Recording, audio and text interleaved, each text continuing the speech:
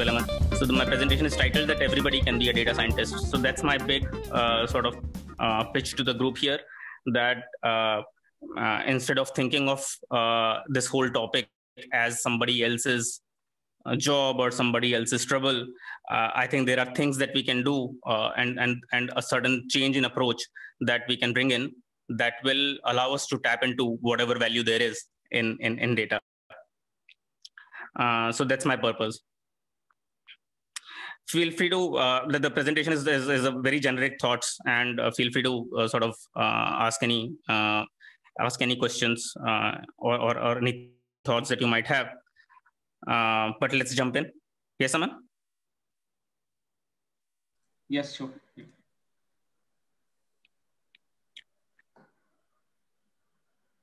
We're on the next slide. How we perceive Google. Oh, 1 second. Let me just see. Okay, I can see the slides now. Oh, by the way, for everyone, I'm sorry, my video is creating a lot of trouble. So again, like I said, you are not missing much. So I hope we can focus on the ideas a little better with my face not in the way.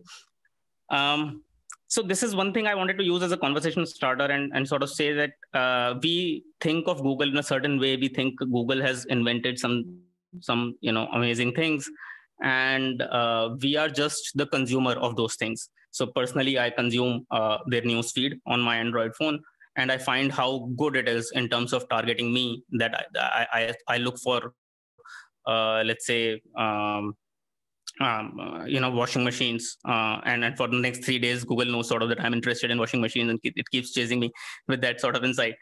And we almost have come to see Google as something that is beyond copying. We tend to see that not only is it everywhere, and not only does it know me so well, this unknown faceless company in Silicon Valley that knows me so well, better than my own mother. But it is something that I cannot copy. It is something that I cannot reach out to. It is something that I cannot become better than. And part of that is that we think that it has some of the best talent pool there is, and there would be a lot of engineers and sort of almost magicians working on quote unquote artificial intelligence, and artificial intelligence is allowing them to have this sort of a power over me as a user. And let me know if this is not the common perception, but that's my big assumption, that this is how we have come to see Silicon Valley, and particularly Google. Next slide, please. I want to posit that it's not some amazing magical invention that they are holding, or that companies like Facebook, companies like Amazon are holding, which allows them to be which allows them to look like magic to us, but that they are using what I would term as common sense. And to prove that a lot of this data science, a lot of this artificial intelligence, machine learning, and the amazing words that you see are essentially a whole lot of common sense. And to prove that, there's this, I copied this definition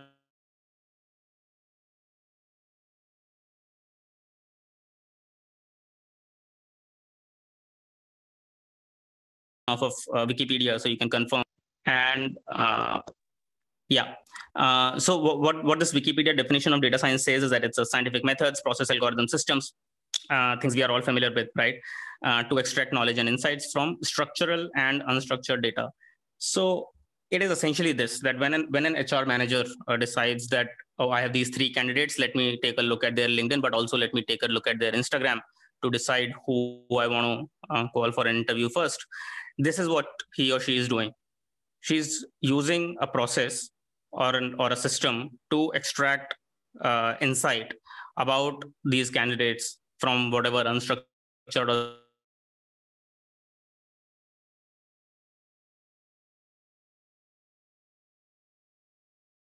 structured data, that the structured data that the HR person could confirm that this person is the age that he said he's from the town that he's from, he is passed from the same colleges that he is claiming on his resume, etc. So that's the structured data, but also unstructured data. So the HR manager could get an insight into whether this person has is a traveler just by looking at photographs from a wide variety of countries, or whether this is a fashionable person, or whether this is a person with a lot of friends. Those are the kind of information that are unstructured in nature that an HR manager could get from your Instagram, or whether you are a DJ or not, for that matter. So what this person is doing in checking Instagram of potential hires is data science in a way, right? So it's common sense masquerading as a buzzword. No, so we can go on to the next slide. Now, when I want to dig a little deeper into the science aspect of this, and just to show that the science here is not the kind of science that we left back in college and said, no, we are someone is a science student versus a commerce student versus an arts student.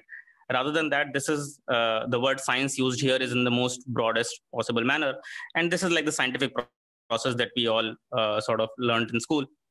That you start your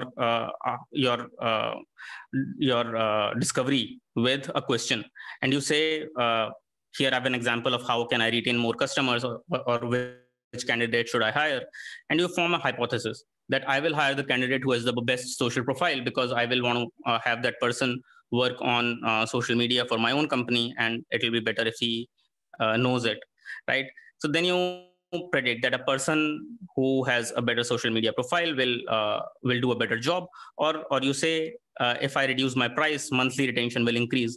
The prediction is important in the scientific method because the prediction allows you to be wrong, not just because it allows you to be right, but because it allows you to be wrong.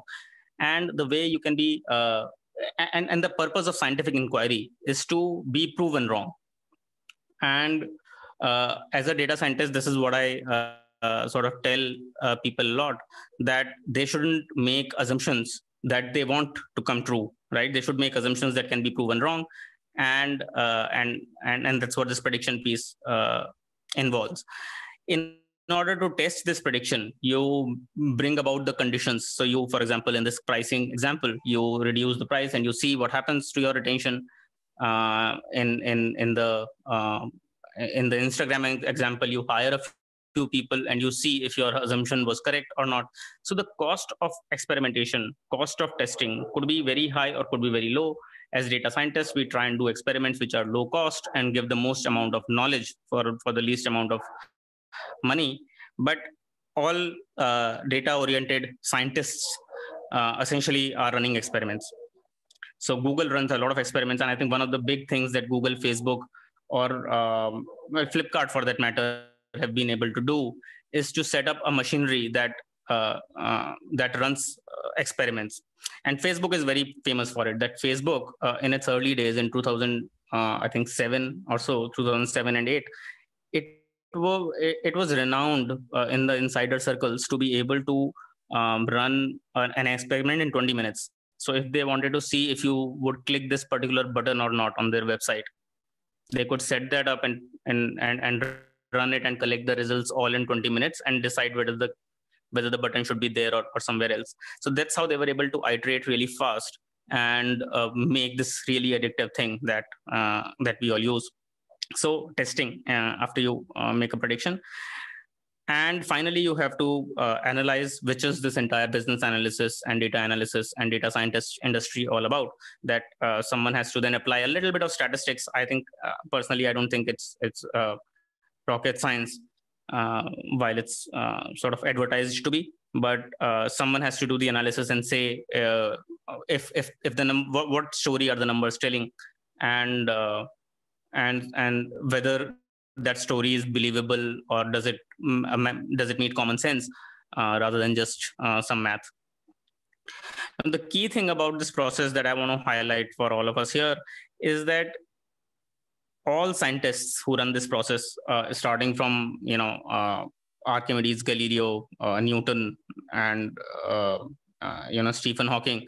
Everyone has run through this process multiple times, right? Every physicist, every scientist. And what is important is that in every step, you have to be creative. You have to take it, you have to take it in you have to interpret it in a real life sort of a way, rather than just throwing the book at it or throwing a process at it. And what I mean by that is that a most successful data scientist or a most successful business analyst in any company or in any process or in any lab is not the one who has the best math or who has the best coding skills. He's the one who comes up with the best ideas, who comes up with the ideas that allow you to test it fast, who comes up with the most creative real life interpretation for the graphs or data that he sees. So creativity is a sort of is a part that cannot be removed from this kind of data analysis, and which is why I don't find data analysis to be this dry, boring, old, bookish topic, but rather something that you can really allow your mind to be creative with. And we'll see an example here. It's a joke I got forwarded a few days back, and Manisha, if this doesn't sort of make you curious about data, I have very little else to do so. So what this sort of shows is that data is just these randomly scattered information, randomly scattered data points that you have out there, people's social media profiles, for example. And information is when you are able to sort of segregate it.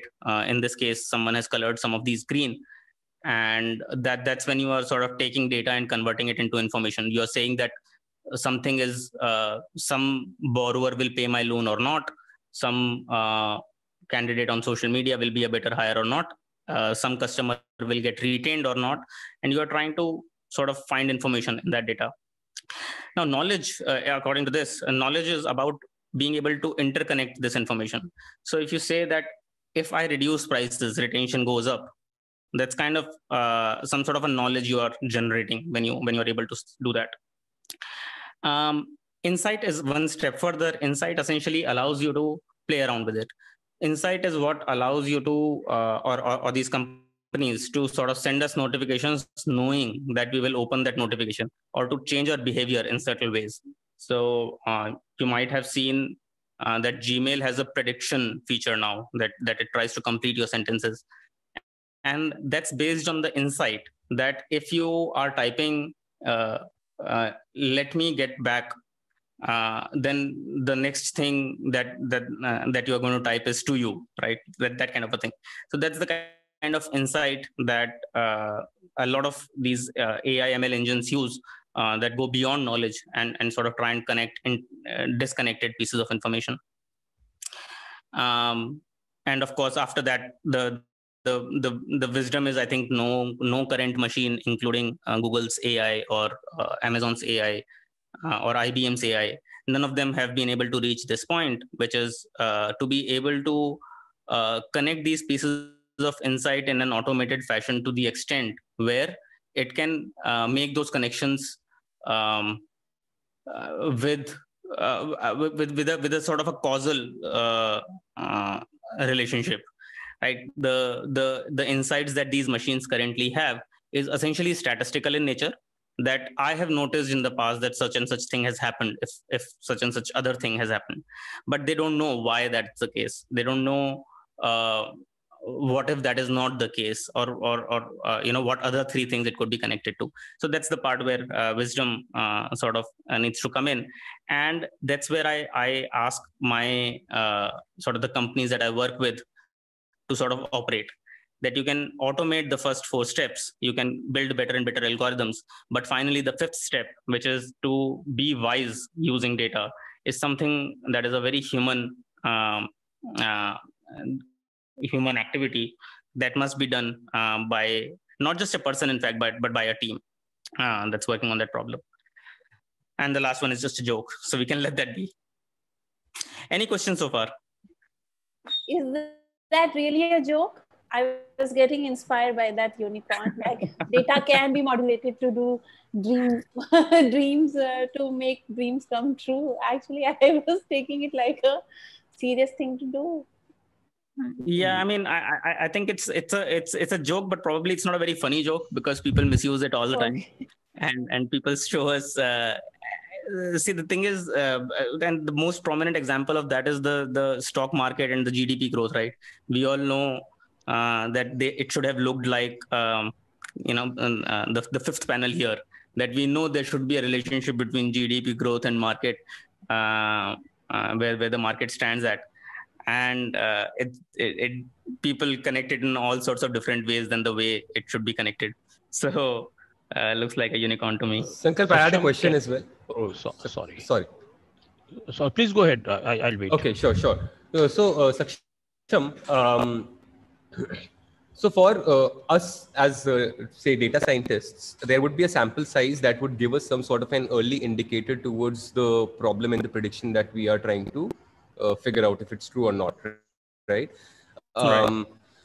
So as startups, we probably don't have a huge sample size, like thousands of data points or maybe millions of data points to be able to infer the right assumption, like if the assumption is correct or not. So for a startup or a small company, what is a minimum sample size that is required to get some sort of indicator or an insight? Yeah, so I think a very good question and a very difficult one to answer. I think one data point itself is a lot of information, in my opinion. Mm-hmm. So if you knew nothing, right? If you don't know, for example, what is the temperature in this room, right? Now, if you got just one data point, someone told you that right now it is 30 degrees. Then you know that probably yesterday also it would probably range between 20 to 40 degrees, over the last, I don't know, last few years. And the point I'm trying to make is that when you are lacking information, even one data point can go a long way in demystifying it. And you would see big decisions being made on little amounts of data all the time. And that's where the judgment comes in. I think you guys had a session on investment and early stage investing last year, also in the last session. And I've seen investors sort of make their minds up on only 3 data points, right? 3 months of growth is enough for them, rather than seeing, and then they say, what is each customer saying? And they might collect some customer reviews, etc. But very small amounts of data. As far as the other statistical question is concerned, a lot of people are conscious about, okay, does this average, if the average value of something is 5.7, now what does that mean? Is that statistically significant? Yeah. And a lot of people who don't know statistics, they tend to sort of downplay it, that this is not enough data, and I don't even know whether it's statistically significant or not. And there, my rule of thumb is 30 data points. I say if you have collected 30 samples of something, then the average of that probably makes sense. You might want to look at standard deviation, and if standard deviation is too high, then the average doesn't make sense. But if the standard deviation is low, then 30 data points is more than enough for you to have statistical significance of an average. Mm-hmm. So, for instance, if I that answers my question, Sankalp. To be very honest, that answers my question, and that's exactly what I was looking for. Thank you so much. Okay. Do we have time to ask, or do you want to carry on with? See, I just wanted to check one aspect that what we have is a contextual data collection, because what happens is we are all intelligent people, and while we settle scores with the empirical data that's available, the question arises, like lawyers, data can be searched to suit one's own conviction, and everything doesn't get answered in black and white when it comes to data assimilation. It's not like what's the room temperature right now in this room. That's one aspect, but there could be, things which have multiple, there can be at least 2 ways to answer something. And how do you then determine that which data how do you determine then the veracity of data to solve solutions? Because people like lawyers are capable of twisting facts, into getting, not twisting facts, assimilating data to suit their point of view. It's possible, many aspects. And then it's also contextual in the sense that in a given situation, data could be meaningfully useful, while in another, perhaps it may not be so useful. You must have faced many such challenges in the course of your work. All the time, honestly. And I think not just lawyers, but professionals of all kinds. In fact, CEOs running businesses, are the hardest ones to convince. every CEO feels that they have a clear understanding of their user, irrespective of what the data is saying. So so I have, in fact, in my early days of doing consulting work, I used to try and convince people, and now I know that I like to say that data doesn't convince people. People convince people.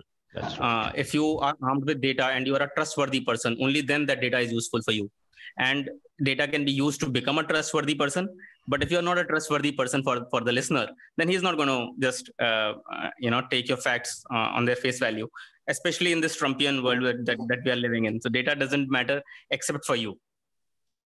And I think I'll go further and say that in this context, and I address this in my next slide as well. In this context, data is an activity for you.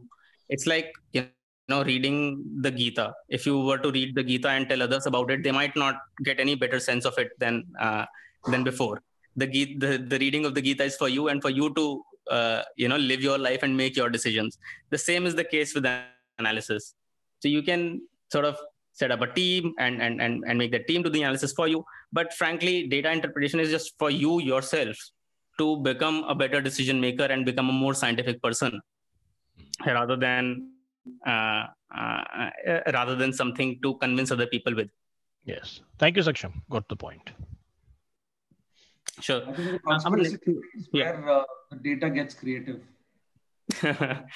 and happens all the time, I guess. This last one. And that brings me to this slide actually, of what you can do today to be better off, or this is my this is the point that I'm evangelizing essentially, that if you believe what I'm saying, then these are the things that you could do. One thing is, in all your decisions, you can start seeing them as experiments. So if you were to take a decision and say, oh, I don't know whether this is right or wrong, you turn the story around and you say, let's take this decision and let's find out what data comes through. So you hire on the basis of somebody's Instagram, and you wait 6 months to see whether you made a good hire or not. Hopefully you do 30 such hires and have a sample size that's big enough for you to actually be sure. And that's where experience and judgment sort of comes in, that if you start seeing everything as an experiment, then you keep collecting data all your life long and become a better scientist for it. The second thing is, you got to start collecting data. And you got to start collecting data. By this, I mean, if you are making investments, then you got to jot down, right? Every investor knows this, that he got to jot down what his trades are, what is why he invested in something, what the prices are at certain points in time, etc. Now, apart from investing, someone doing, let's say, cost good, right? You got to start collecting data. You got to start collecting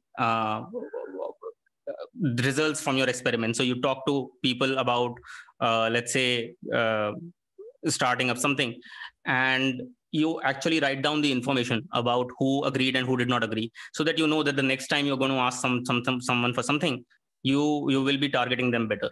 So you got to collect as much data in every field of life as you can. Some people think of it as maintaining a journal. So you got to maintain a journal, not just because it sort of keeps, improves your handwriting or something, but because it makes you a wiser person, right? And how it makes you a wiser person is because you are collecting data, that on such and such date, such and such thing happened, and I took such and such decision. This data could be unstructured, and typically is unstructured, the way we collect, for example, photographs, unstructured data, or we collect news items like someone said something. All of that is unstructured data. You would be better off, I feel, if you collect structured data. And by structured data, I mean tables. If you create tables and rows and columns, I think you will have an easier time analyzing it and using it to generate quote unquote wisdom. So try and structure your data as far as possible. This is where I think, Manisha, I would recommend sort of or propose that you, instead of a doc file, use a spreadsheet if possible. So actually it is pretty, so I have is this the end of the presentation? I would like to wait till the end of the presentation to ask a few things. No, absolutely. Just my last point is already covered on the previous slide, which is essentially that, make data question your assumptions. That's the power of it. If you use data to just confirm your assumptions, then you are doing it wrong. That's the end of my presentation. Okay.